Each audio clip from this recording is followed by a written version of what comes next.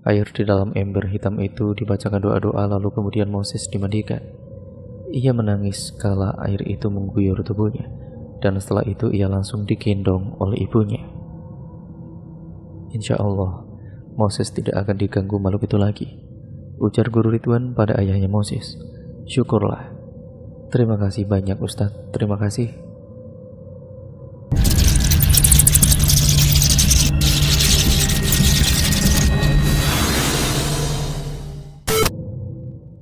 Tampak seorang wanita tua sedang sibuk menyapu ketika sebuah mobil Kijang Innova memasuki halaman rumah yang cukup luas tersebut.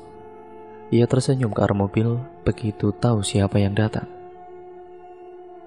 Ya, mereka adalah keluarga baru yang akan menempati rumah itu. Rumah yang sudah hampir 6 tahun kosong tanpa penghuni. Hanya saja setiap 2 kali dalam seminggu, rumah tersebut dibersihkan oleh Bu Munah dan anaknya, sehingga rumah tetap bersih dan terawat.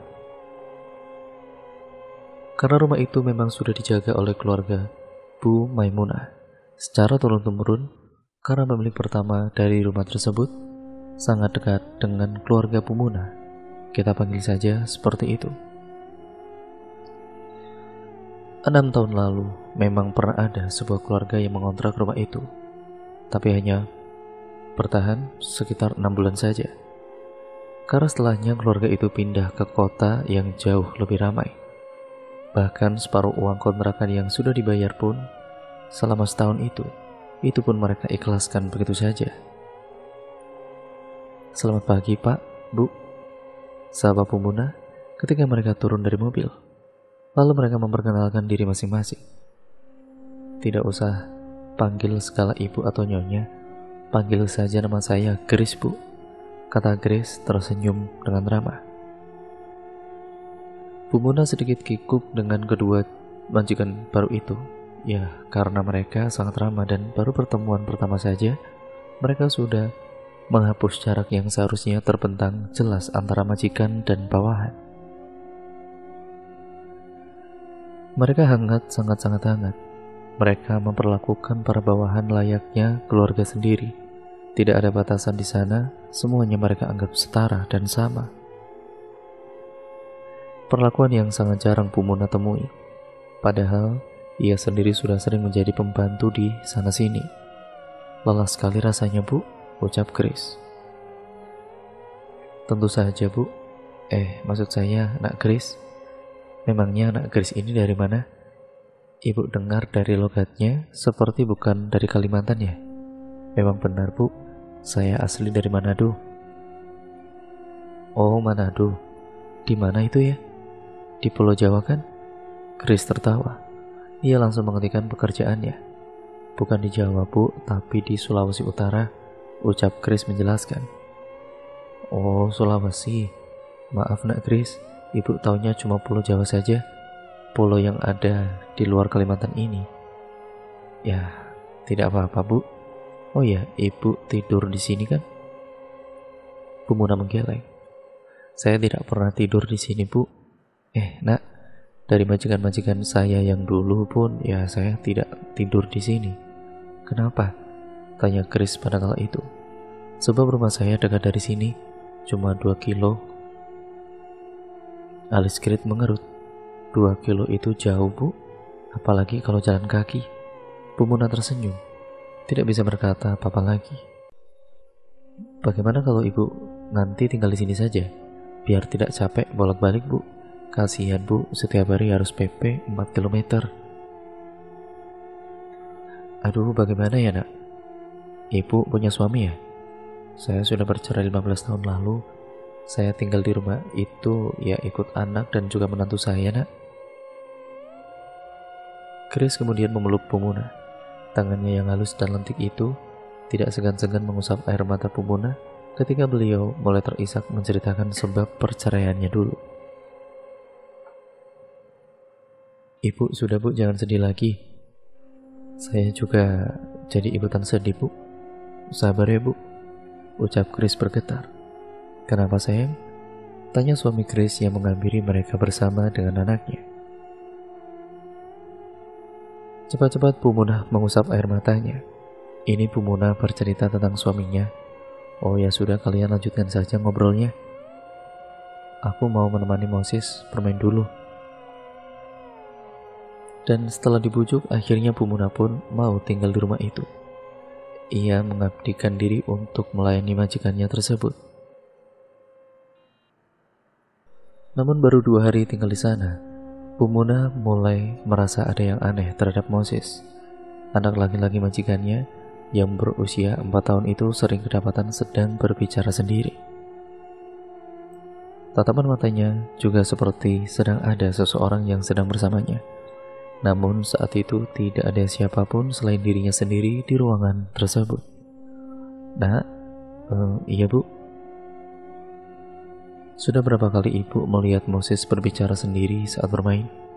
Bukan berbicara sendiri seperti anak-anak pada umumnya ketika bermain dalam memerankan boneka atau mobil-mobilan, tapi seperti sedang tanya jawab bersama seseorang. Nak, kenapa ya? Tanya Bu Munah.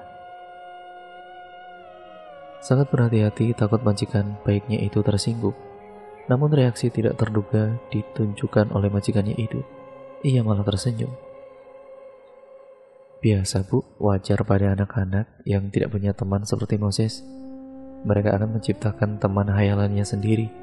Meski tidak terlalu mengerti, Bu Munah langsung mengangguk. Ibu permisi ke dapur dulu ya Nak, ucap Bu Munah lalu berjalan ke dapur. Ketika akan membuang sampah, Bu Munah melihat Grace tengah menatap anaknya yang sedang bermain. Namun ketika Bu Munah tiba di tempat pengumpulan sampah, ia kembali melihat sosok Grace yang tengah melukis di halaman. Allahu Akbar, ucap Bu Munah kaget. Kebetulan sekali Grace menatap Bu Munah dengan bibir tersenyum. Lalu ia kembali melanjutkan lukisannya. Cepat-cepat Bu Munah masuk ke dalam rumah. Dan ketika ia melihat ke arah di mana ia melihat sosok Grace yang tengah menatap anaknya tadi, Bu Munah tidak mendapati siapa-siapa di sana. Hanya ada Moses yang masih asik bermain mobil-mobilan. Kita pinjam itu, ujar Moses tiba-tiba seraya menunjuk mobil-mobilan berwarna merah yang terus berjalan dengan sendirinya. Mobil-mobilan merah yang dikira Bu Munah bisa dijalankan dengan remote. Namun anehnya ketika Moses berdiri untuk mengambil mobil-mobilan itu, tiba-tiba saja mobil-mobilan merah tersebut berjalan tidak tentu arah dan berusaha menjauh dari Moses. Berulang-ulang Moses mengatakan kata-kata yang sama seraya menunjukkan pada mobil-mobilan itu, membuat Bu Munah langsung mendekatinya. Beliau mencoba membantu menangkap mobil-mobilan tersebut dengan tangannya. Akan tetapi mobil-mobilan itu seakan-akan menghindari keduanya. Akhirnya Bu Munah pun menyerah dan langsung menggendong Moses, lalu membawanya menemui Grace. Kenapa Bu? Tanya Grace ketika Bu Munah sudah berdekatan ataupun berada di dekatnya. Itu Nak, mobil-mobilan Moses jalan sendiri. Dia terus bilang pinjam. Padahal tidak ada siapa-siapa di sana. Ibu bantu menangkap mobil-mobilan itu, malah tidak dapat-dapat. Grace tidak menjawab, namun ia langsung berjalan ke rumah. Tentunya untuk memastikan perkataan Bu Munah. Dan ketika mereka melihatnya kembali, mobil-mobilan itu ternyata ada di antara mainan-mainan yang lainnya tanpa bergerak sama sekali. Itu apa Bu? Mungkin Ibu terlalu capek bekerja hari ini, jadi sekarang sebaiknya Ibu istirahat saja dulu Bu, ucap Grace dengan bibir tersenyum. Iyakah? Selama ini aku tidak pernah begini sebelumnya. Padahal pekerjaan di sini termasuk yang paling mudah. Dulu-dulu itu pekerjaanku jauh lebih berat dari ini. Oh, mungkin juga karena usiaku, Bu Munah membatin. Dia ada di sini. Sekilas Bu Munah mendengar pertanyaan Grace pada anaknya. Namun entah apa lagi setelah itu, karena Bu Munah sudah keburu menjauh dan ia tidak ingin ketahuan menguping oleh majikan baiknya tersebut. Dia, siapa dia yang dimaksud Nak Grace ya? Gumam Bu Munah berpikir. Malam itu Grace pamitan pada Bu Munah ingin makan di luar bersama suami dan anaknya. Iya Nak Grace, hati-hati ya. Ibu ada yang mau dipesan atau tidak? Tidak ada Nak, terima kasih ya. Bu Munah menuju dapur setelah kepergian majikannya itu. Ia membuat kopi panas dan sepiring nasi lengkap dengan sisa kari daging sore tadi. Saat masih menikmati makanannya, pemuda mendengar suara langkah berlarian di depan ruangan dapur. Namun ketika dicek, suara itu langsung menghilang. Setelah meyakinkan bahwa itu hanyalah hayalannya saja, Pumuna pun kembali tenang. Selesai makan, Pumuna langsung berjalan ke arah kamarnya untuk segera tidur. Karena majikannya tadi pergi dengan mengunci pintu utama, agar Pumuna tidak terganggu meski mereka pulang larut malam. Baru sebentar saja membaringkan tubuhnya di atas kasur, Pumuna kembali mendengar suara seperti seseorang berlarian di depan pintu kamarnya. Mengingat kejadian tadi siang membuatnya semakin takut, apalagi rumah itu sudah lama tidak ditinggali. Tetapi selama ia mengurus rumah itu, tidak pernah sekalipun ia mengalami kejadian ganjil yang sampai-sampai membuatnya ketakutan seperti sekarang ini. Entahlah, ia masih berusaha untuk tetap tenang dan mengacuhkan suara-suara itu. Pagi-pagi sekali Pumuna terbangun, guna menyiapkan sarapan untuk majikannya. Namun saat akan mengiris bawang pisau yang sebelumnya ia taruh di tempat biasanya tersebut, tiba-tiba lenyap. Ia mencari-cari di sekitaran dapur dan lemari, tapi sama sekali tidak ada satupun pisau yang ia temukan. Untuk beberapa saat Pumuna terdiam. Ingin sekali ia menanyakan pada majikannya tentang pisau-pisau itu, tapi ia urungkan niatnya tersebut. Setengah 6 pagi, Grace ke dapur. Ia mengambil air dan tampak heran karena nasi goreng yang ia pesan kemarin belum ada di meja. "Bu, tolong buatkan nasi gorengnya. Masakan ibu enak soalnya." "Iya nak, sebenarnya ibu sudah dari subuh tadi masak nasi goreng, tapi pisaunya tidak ketemu. Nak Grace, simpan di mana ya pisaunya?" Alis mata Grace berkerut, menunjukkan keheranannya. "Saya nggak ada nyimpan pisau, Bu. Semua pisau kan ada di dapur," ujar Grace, lalu mulai mencari-cari keberadaan pisau-pisau tersebut, dan anehnya pisau tidak ditemukan dimanapun. Namun tiba-tiba tangisan Moses terdengar dari kamarnya. Ya, anak seusia Moses sudah disuruh tidur sendiri oleh kedua orang tuanya, hal yang tidak biasa bagi Pumuna. Pada kala itu Grace langsung bergegas menuju kamar anaknya, diikuti oleh Pumuna yang berjalan dengan tergesa-gesa mengimbangi langkah Grace. Setibanya di kamar anaknya, mereka kaget melihat lengan Moses sudah berdarah, dan mereka lebih terkejut lagi ketika melihat semua pisau yang dicari ada di dalam selimut anak itu. "Astagfirullahaladzim," ucap Pumuna. Beliau segera mengambil pisau-pisau itu dari atas kasur Moses. Wajah Grace sangat panik kala itu. Ia dan suaminya berdebat dalam bahasa daerah yang tentu tidak dipahami oleh Pumuna.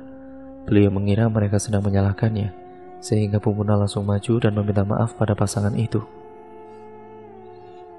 "Tidak, Bu, ini bukan salah ibu kok," ucap Grace. "Ini salah saya, karena saya tidak jujur dari awal pada ibu," lanjutnya. Pumuna tertegun entah apa maksud majikannya itu. Pumuna cemas menunggu majikannya yang tidak ujung pulang. Padahal mereka pamitnya cuma sebentar untuk membawa Moses berobat. Ya Allah, semoga Moses baik-baik saja. Menjelang sore majikannya itu pun pulang. Wajah keduanya pun terlihat tidak biasa, seperti ada sesuatu yang terjadi, padahal saat itu lengan Moses yang terluka pun sudah diobati.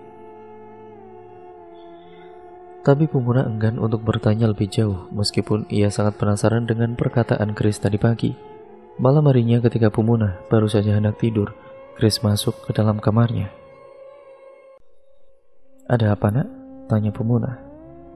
Sebelum menjawab pertanyaan Pumuna, Grace terlebih dahulu menarik napas panjang. "Anak saya," perkataannya terhenti. "Ada apa dengan Moses? Dia tidak kenapa-napa kan?" Sudah sejak bayi, Moses diikuti sosok makhluk halus. Katanya itu merupakan peliharaan yang terlantar oleh kakek saya. Dia bermaksud ingin mengambil Moses dikarenakan kesalahan kakek saya dulu. Sudah berbagai macam cara dan upaya kami lakukan untuk menjauhkan Moses dari makhluk itu. bahkan sampai harus membawa Moses pindah pulau. Tapi semua yang kami lakukan sia-sia, karena sampai ke sini pun makhluk itu masih mengikuti. Saya bingung, Bu. Saya tidak sanggup kehilangan Moses. Chris terisak. Jadi yang ibu lihat Moses sedang berbicara sendiri itu memang benar karena ada sesuatu di dekatnya. Chris mengangguk. Dia juga bisa melihat yang tidak bisa kita lihat, Bu. Saya awalnya mengira itu hanyalah penunggu di rumah ini, tapi ternyata bukan. Di daerah sini juga ada orang yang bisa melihat makhluk halus seperti itu. Malah beliau sering kasubalahan atau kerasukan. Namanya Nihasnah, usianya kurang lebih 80 tahunan. Cerita Pemunah. Kalau orang yang bisa mengusir makhluk-makhluk seperti itu, ada tidak, Bu? Pemunah terdiam sejenak. Ia mencari-cari orang yang bisa seperti itu di desanya.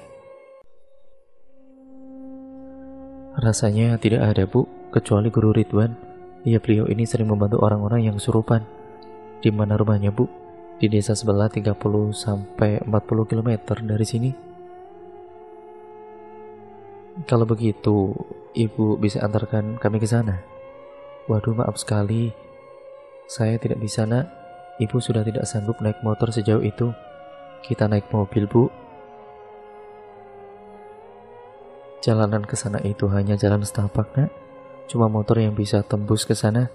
Tapi kalau Nak Grace mau menunggu, biasanya beliau itu sering diundang untuk ceramah di masjid-masjid di sekitaran desa ini. Ya kalau menunggu rasanya tidak bisa, Bu, karena setelah kejadian tadi pagi itu, saya terus-terusan merasa ketakutan. Pemunah menghela nafas panjang. Kalau begitu, Nak Chris ke sana diantar sama anak saya dan temannya. Apa Nak Chris mau? Boleh, Bu, saya mau, jawab Chris dengan cepat. Malam itu juga mereka pergi ke rumah Pemunah. Kebetulan sekali rupanya anak Pemunah sedang pergi bersama teman-temannya. Entah kapan mereka akan pulang, Pemunah tidak mau berdiam diri. Beliau ke sana kemari mencari orang yang mau mengantarkan ke rumah Guru Ridwan. Sebetulnya tempat yang akan mereka datangi itu bukanlah rumah asli dari Guru Ridwan, karena sebenarnya Guru Ridwan adalah orang luar yang memang sudah tinggal di sana cukup lama, sebab beliau ingin mengabdikan diri di sana sambil berdakwah. Tapi rata-rata jawaban mereka tidak ada yang mau mengantarkan ke sana dengan alasan jauh dan sepi atau perjalanan ke sana sangat rawan dengan binatang buas. Tidak ada harapan satu-satunya mereka ialah menunggu anak Pemunah datang. Menjelang pukul 2 dini hari, datanglah anak Pemunah. Ia pulang dengan membawa hasil pancing yang lumayan banyak. Ia tampak kaget melihat ada Chris di rumahnya. Kenapa, Mah? Kau bisa antarkan mereka ke rumah Guru Ridwan? Ujar Pemunah balik bertanya. Lelaki itu mengangguk. Kapan? Sekarang juga, jawab Chris tidak sabar. Anak Pemunah terdiam sejenak. Tatapan matanya beralih ke ibunya. Bisa, Nak? Tanya Pemunah. Bisa, Ma, tapi... Tolong sekali lagi, ini demi anak kami, ucap Chris. Ya sudah, jawab anak Pemunah yang menyanggupi. Tapi suami saya juga ikut. Bisakah kita minta tolong pada temanmu? Kamu tidak perlu khawatir, saya akan bayar. Anak Pemunah langsung keluar untuk memanggil temannya yang tadi pulang bersama dengannya. Setelah tawar-menawar, akhirnya orang itu mau ikut mengantarkan mereka ke rumah Guru Ridwan. Angin dingin begitu sangat menusuk tulang. Chris yang berada di boncengan anak Pemunah itu nampak menggigil. Ia peluk erat Moses yang duduk tertidur di tengah-tengah mereka. Jalanan utama begitu sepi dan lengang, membuat Chris merasa tidak nyaman, sehingga Chris hanya menundukkan kepalanya. Tidak beberapa lama kemudian, mereka mulai memasuki jalanan berbatu. Saat Chris melihat ke depan, rupanya jalanan itu hanya tanah yang dilapisi bebatuan. Sementara di samping-samping jalannya berdiri deretan pohon karet dan juga rumput yang sudah sangat tinggi. Untungnya Anto yang merupakan teman anak Pemunah memelankan laju motornya, sehingga posisi mereka berdua berada di belakang motor yang dinaiki oleh Chris. membuat rasa takut Chris sedikit berkurang. "Pegangannya, Bu. Jalanan di depan menanjak," ujar anak pemuda. Chris berpegangan pada jaket lelaki itu, sementara tangannya yang lain masih memeluk sang anak. Begitu juga dengan suaminya Chris, yang terlihat begitu sangat erat berpegangan pada bel motor. Tidak beberapa lama kemudian, jalanan yang tadi menanjak kini kembali menurun. Chris sampai merosot ke depan karenanya. Tubuh Moses terhimpit oleh Chris dan anak pemuda. Tidak berapa lama mereka berhenti di depan jembatan yang mirip seperti jembatan darurat, karena hanya terbuat dari kayu-kayu bulat yang berukuran kecil-kecil. "Tidak apa, saya akan jalan kaki saja," ujar Chris. "Tidak apa-apa, Bu. Jembatannya kuat kok. Itu tadi ada ular melintas di ujung jembatan sana, makanya saya berhenti dulu." Setelah berkata seperti itu, anak pemuda langsung menggegas motornya kembali dan melewati jembatan itu tanpa ragu-ragu. Berbeda sekali dengan Chris yang ketakutan. Tidak lama tangannya bahkan sampai berkeringat. Kedua lelaki yang mengantar mereka itu rupanya sudah sangat handal dalam melewati medan jalan yang seperti itu. Padahal jembatan tadi sama sekali tidak memiliki pagar untuk mengurangi rasa takut pengendara. Mereka kembali melanjutkan perjalanan, turun naik lungguh atau tanjakan, menyeberangi jembatan yang memacu adrenalin. Entah sudah berapa kilometerkah jalan yang mereka tempuh itu. Embun mulai turun diiringi hembusan angin yang membuat dedaunan pohon bergoyang dan mengeluarkan suara gemerisik. Chris semakin menggigil dan bertanya, "Masih jauh ya?" "Sudah tidak jauh lagi, Bu. Sekitar 5 kilometeran. Setelah melewati bekas sekolah SD itu, nanti belok sedikit ke area perkuburan. Nah di situ sekitar 5 kilometeran kita tiba di desanya." Bekas sekolah yang dimaksud oleh anak pemuda sudah terlihat. Bangunan sekolah itu terlihat sangat menyeramkan bagi Chris, apalagi di sana sama sekali tidak ada penerangan. Bau bunga-bungaan yang sering terdapat di pemakaman tercium. Pertanda area perkuburan yang dimaksud anak pemuda tadi itu sudah dekat. Tiba-tiba sepeda motor Anto mati tepat di depan area makam, membuat anak pemuda terpaksa harus ikut menghentikan motornya. "Kenapa toh? Businya mati kurasa." Untung saja lelaki itu membawa busi baru di dalam jok motornya, sehingga mereka tidak terlalu lama berada di sana. Suara binatang malam yang terdengar di sekitar sana membuat Chris ketakutan.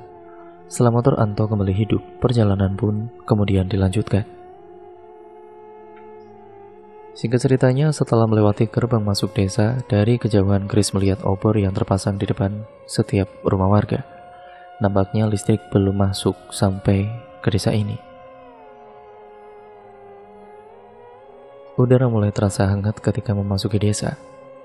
Mereka juga berpapasan dengan salah seorang warga yang baru kembali dari sungai.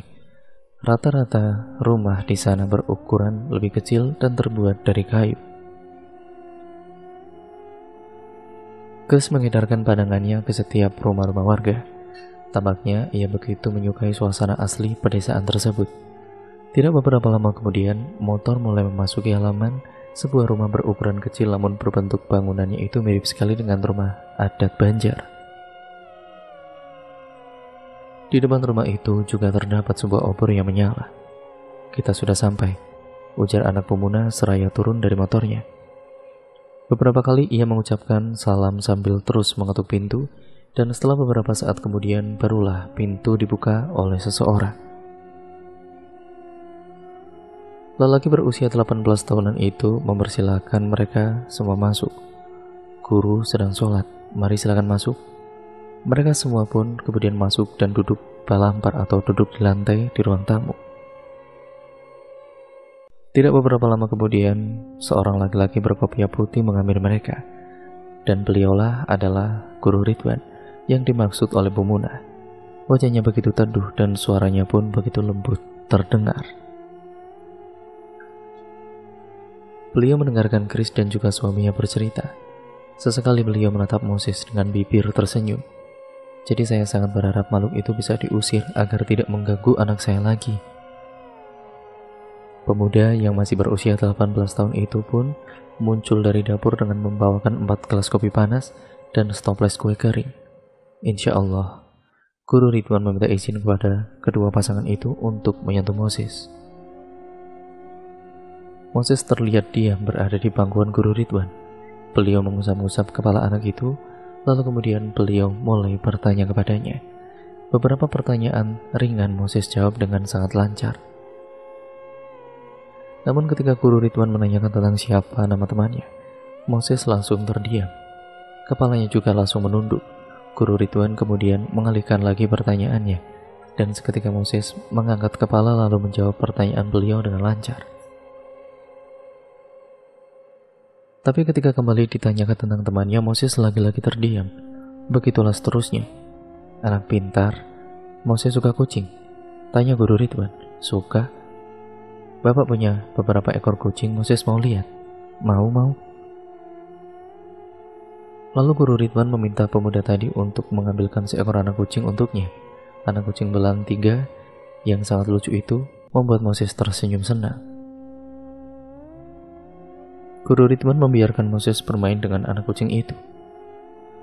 Kalau Moses mau, Moses boleh membawa kucing itu. Bagaimana?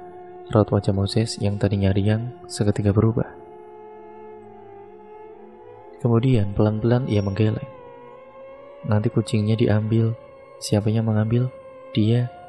Chris menutup mulutnya dengan tangan. Sementara Anto dan anak Pumbuna saling pandang. Guru Ridwan menarik nafas panjang dan semuanya hening. Lamat-lamat dari toa masjid terdengar lantunan sholawat tahrim menjelang azan subuh.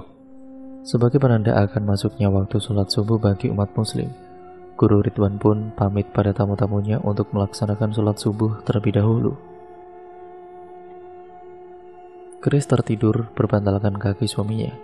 Begitu juga dengan Anto dan anak Pumuna. Dan ketika Guru Ridwan kembali, beliau mengatakan jika malam nanti akan membantu masalah Chris dan suaminya. Setelah selesai sarapan bersama tamu-tamunya, Guru Ridwan berpamitan pergi ke pesantren yang tidak begitu jauh dari rumahnya. Bersama si pemuda itu, lokasi pesantren itu hanya berjarak 30 meter dari rumah. Setelah Guru Ridwan pergi, mereka kembali melanjutkan tidurnya. Bahkan Anto sampai mendengkur, karena memang selama semalaman ia belum sempat untuk beristirahat. Ketika memasuki pukul 3 sore, Guru Ridwan pulang. Beliau membawa beberapa nasi bungkus yang langsung diberikan pada para tamunya. Kalau kalian berdua tidak keberatan, saya akan coba meruqyah Moses. Chris langsung mengangguk. Saya dan suami saya tidak keberatan sama sekali. Bahkan kami sangat berterima kasih dengan Ustadz karena sudah mau membantu kami. Dan sore harinya, beberapa pemuda yang katanya datang dari pesantren itu berkumpul di rumah Guru Ridwan. Mereka semua ramah dan tidak pernah lepas dari senyumannya. Namun saat akan diruqyah, Moses mulai menunjukkan sikap yang berbeda. Tatapan matanya pun terlihat sangat tajam. Sesekali Guru Ridwan menatap anak itu, sepertinya beliau sudah tahu kalau Moses sudah dirasuki oleh jin yang mengincarnya. Terlepas dari pengawasan Guru Ridwan, ketika beliau menunaikan sholat maghrib, pemuda yang semalam diminta untuk memberikan anak kucing pada Moses malah terlihat mengajak Moses untuk bermain dengan anak kucing lagi. Tapi tiba-tiba saja, Moses mengangkat anak kucing itu, lalu kemudian langsung mematahkan leher anak kucing tersebut hingga mati, membuat si pemuda, Anto dan anak Pumuna terkejut. Tidak henti-hentinya pemuda itu beristighfar sambil mengelus dada. Dia selalu begitu saat akan diobati, ujar Chris. Bahkan ketika Guru Ridwan keluar, beliau juga terlihat kaget melihat anak kucing lucu itu sudah tergeletak dengan leher yang patah. Tolong kubur anak kucing itu, kata Guru Ridwan pada si pemuda. Beberapa saat kemudian, Guru Ridwan dan beberapa santri lainnya mulai mengaji di sekitaran Moses. Awalnya anak itu tampak biasa-biasa saja, namun tidak lama kemudian, Ia mulai berteriak dan mengamuk. Dua orang pemuda langsung membantu memegangi Moses yang terus meronta-ronta, sementara yang lainnya masih mengaji. "Kau anak seorang pemabuk dan pendosa," teriak Moses dengan suara yang sudah terdengar lain. Bahasanya pun tidak dimengerti oleh Grace, namun anak pemunah paham artinya. Karena bahasa daerah yang digunakan oleh Moses merupakan bahasa daerah dari tempat guru Ridwan berasal. Aneh dan tidak masuk akal, seorang anak kecil yang bahkan belum sampai berbulan-bulan tinggal di Pulau Kalimantan itu sudah sangat lancar berbicara dalam salah satu bahasa daerah yang jarang orang sana gunakan. Di Kalimantan sendiri, bahasa setiap suku itu berbeda-beda. Bujur, apa yang Ikam sambat tadi dasar bujur? Bah, tuh kenapa? Benar, apa yang kamu katakan itu memang benar, lalu kenapa? Ujar guru Ridwan tersenyum. Kata kalian babi itu haram, anjing itu haram, tidak ada yang mau mendekati. Sebisa mungkin kalian hindari, tapi zina, gibah, fitnah, alkohol, tuak, arak, judi, kalian kerjakan semua. Yang ku pertanyakan, kenapa bisa seperti itu? Dengan sangat fasih Moses mengatakan hal itu, raut wajahnya pun seakan mengejek. Nah, kenapa sampai ke situ? Kamu ini sebenarnya siapa? Kenapa kamu ingin mengambil anak ini? Jawab dulu pertanyaanku tadi, baru akan ku jawab pertanyaanmu. Kalau kita membahas itu, tidak akan cukup waktu 24 jam. Jadi, munafik. Kamu adalah contoh orang munafik. Menjawab pertanyaan sesederhana itu pun kau tidak bisa. Dasar munafik, potong Moses sambil merontak ingin menyerang guru Ridwan. Kalau ku jawab pertanyaanmu itu, apa kau akan meninggalkan anak ini? Jawabannya tidak kan? Aku tahu pertanyaanmu itu hanya untuk mengulur waktu. Berbelit-belit, pertanyaanku sederhana, tapi kau buat seakan seperti benang kusut. Dan aku tidak akan tunduk atau takut pada orang sepertimu. Guru Ridwan meletakkan tangannya di atas kepala Moses yang terus menjerit. Hingga beberapa saat kemudian, tubuh Moses mulai melemah. Kedua pemuda tadi diarahkan untuk membaringkan Moses di atas lantai. Guru Ridwan kemudian lanjut membacakan doa-doa sampai Moses terbangun. Suaranya sudah berubah seperti semula, sebagaimana layaknya suara anak-anak. Setelah tersadar itulah guru Ridwan mengarahkan pada dua pemuda tadi untuk membawa Moses ke pemandian. Air di dalam ember hitam itu dibacakan doa-doa, lalu kemudian Moses dimandikan. Ia menangis kala air itu mengguyur tubuhnya, dan setelah itu ia langsung digendong oleh ibunya. Insya Allah, Moses tidak akan diganggu makhluk itu lagi, ujar guru Ridwan pada ayahnya Moses. Syukurlah. Terima kasih banyak Ustadz, terima kasih. Malam ini sebaiknya kalian menginap di sini saja, karena kasihan Moses kalau harus dibawa pulang malam-malam seperti ini. Malam itu mereka semua menginap di rumah guru Ridwan, dan keesokan paginya mereka akan pulang. Grace dan suaminya tidak henti-hentinya mengucapkan terima kasih. Pagi harinya guru Ridwan terlihat sudah berdiri di halaman rumah sambil menggendong Moses. Sesekali tangan beliau menunjuk ke arah sarang burung yang berada di atas pohon jambu. Moses terlihat senang, apalagi ketika melihat kucing-kucing yang berlarian. Kira-kira pukul 8 pagi mereka berpamitan pulang. Jalanan yang kemarin malam terasa menyeramkan, sangat berbeda bila dilihat di pagi hari. Tapi berbeda dengan keadaan di bekas sekolahan yang walaupun dilihat di siang hari, tetap saja auranya sangat berbeda dan menyeramkan. Sesekali mereka berpapasan dengan orang-orang yang baru berangkat menyadap karet. Hingga singkat ceritanya, mereka pun sampai di rumah pemunah. Wanita tua tersebut menyambut mereka dengan hangat.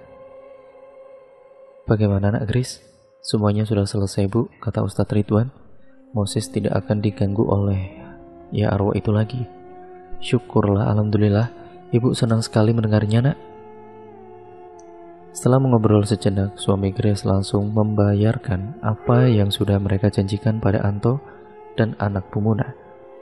Meski pada awalnya anak pemunah tidak mau menerimanya, namun setelah dibujuk oleh Grace dan suaminya, Lelaki itu pun mau mengambil uang yang diberikan kepadanya.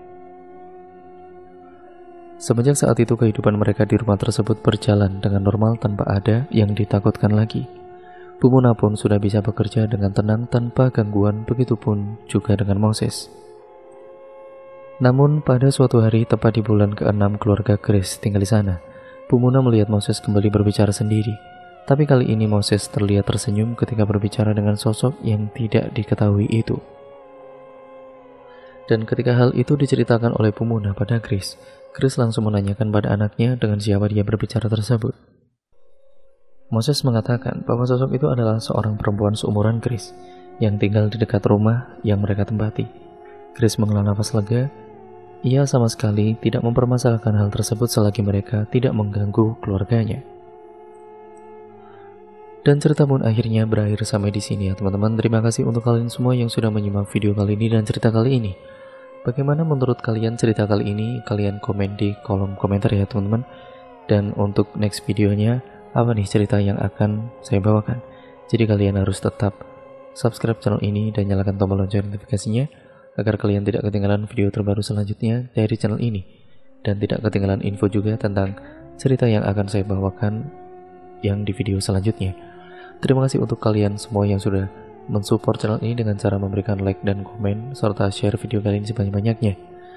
Ya, dengan cara itu pula, terima kasih atas dukungan kalian karena channel ini bisa berkembang menjadi channel yang jauh lebih baik lagi dan juga jadi channel yang sampai sekarang ini itu adalah berkat kalian semua. Terima kasih sebanyak-banyaknya. Dan untuk video kali ini kurang lebihnya mohon maaf dan saya akhiri ya teman-teman. Sampai berjumpa di video terbaru selanjutnya. Wassalamualaikum warahmatullahi wabarakatuh.